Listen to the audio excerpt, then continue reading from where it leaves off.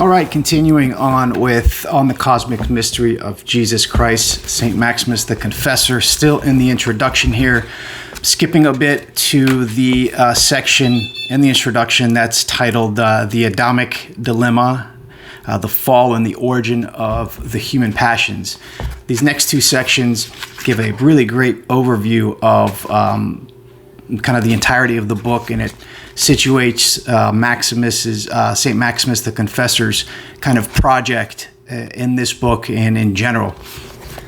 So, if ambiguous 7, and ambigua means like ambiguous, which means a problem or an aporia or something to wrestle with. Each section in the book is called an ambigua.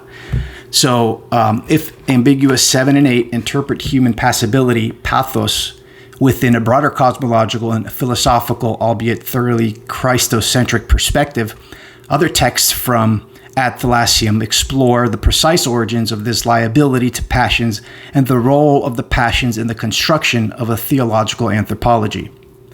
This complex set of questions had already exercised Maximus's predecessor, Gregory of Nyssa, whose insights he carefully incorporates. No one in the Greek patristic tradition prior to Maximus had developed the more sophisticated response to Origenism and compelling explanation of the dynamics of the fall than the bishop of Nyssa. Gregory's contribution was to subsume the passions within a carefully nuanced doctrine of freedom, portraying human choice, beginning with Adam, as standing midway between the two trees of the garden.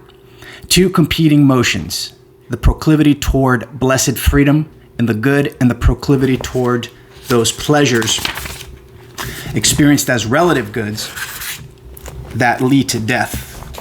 Because Adam originally forfeited his quasi-angelic state of freedom, resulting in God's imposing bodily and mortality and passibility, the garments of skin, on the race, humanity has henceforth remained locked in an existential tug-of-war in which, it seems, the good cannot be embraced without ascetically resisting an opposite tendency, even though the opposite is a metaphysical non-entity, an illusion, quote-unquote invented, as it were, by humankind. Maximus's debt to Gregory of Nyssa on this point is explicit in Ad Thalassium 1, on the origin of the passions. For both writers, the liability to passions epitomizes the ambiguity of embodied historical existence, which has nevertheless become, through Jesus Christ, the frontier of the moral potentiality and spiritual utility, chrysis in Greek, of the passions. Maximus therefore carefully distinguishes between that passibility, pathos, to pathon, or capacity for being moved by God toward a final end, eternal well-being, which is natural to creatures, and the liability, to pathon, to pathitos, to deviant and diffusive movements of the passions, pathi, like lust, pleasure, fear, and grief, that threaten to disintegrate the harmony of soul and body. The latter are accidents of experience, and yet in Maximus's urge to redeem rather than annihilate even these passions, these quote-unquote Gentiles of the soul, as he calls them, can, through transmutation, find a place in the economy of salvation and deification. Most basically, one needs erotic desire, epithemia, converted through love, agape, to cling ardently to God, just as one needs the ire and indignation of the irascible faculty to fend off vice. In principle, a wide array of tractable passions could be reoriented in the service of the spiritual life. Ad Thalassium 21 and 61 provide some of Maximus's most extensive reflection on the legacy of Adam's fall and the history, as it were, of human passibility. Maximus muses even less than Gregory on the quote-unquote angelic life of Adam before the fall. He downplays it, doubtless for fear that the garments of skin, like Origen's bodies, might still be interpreted only as a secondarily and punitively imposed. In fact, God created Adam already with the faculty of spiritual pleasure, a sublime passibility.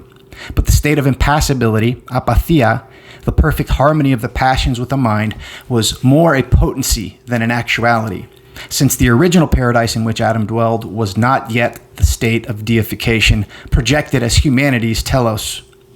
Adam thereupon lapsed, quote, at the instant he was created, amato genithike, squandering his faculty for spiritual pleasure and plunging his posterity into a tragic slavery to deviant passions.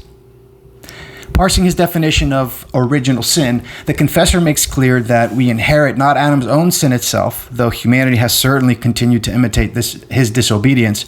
Rather, we inherit that generic sin that is its consequence. Passibility, corruptibility, and mortality.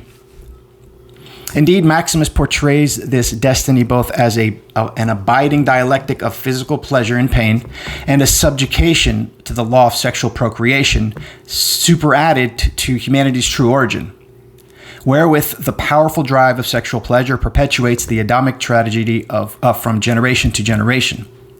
In his own words, quote, "The more human nature sought to preserve itself through sexual procreation, the more tightly it bound itself to the law of sin, reactivating the transgression connected with the liability to passions."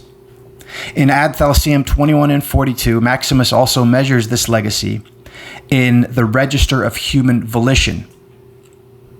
The ambiguity of embedded historical existence reveals itself not only in the passions that waver between deviance and tractability, but in the stunted gnomic will, gnomi, that accompanies humanity's quote-unquote mixed knowledge after the fall. Contrasted both with the natural will, thelesis physiki, created for communion with God, and with the free choice, prospathisis, that Adam enjoyed in an immutable state before the fall. The gnomic will has to deliberate in seeking the good, and therein betrays its close association with the passions. Indeed, its vacillation goes hand in hand with the lust for pleasure and the fear of death that drive fallen humanity. Yet, like the passions, Maximus, at least in his early writings, envisions the possibility of gnomic will as a natural faculty, also being redeemed to good use in the moral and spiritual life of the Christian, as it functions precisely in our concrete human experience of grappling with vice and learning and growing in virtue. I'm going to stop there. The next section will be probably the conclusion and the introduction, which will probably be about 6 or 7 pages discussing Jesus Christ and the transformation of human passibility. After the introduction, I'll read through a few of the ambigua here and kind of go from there. Thanks for listening.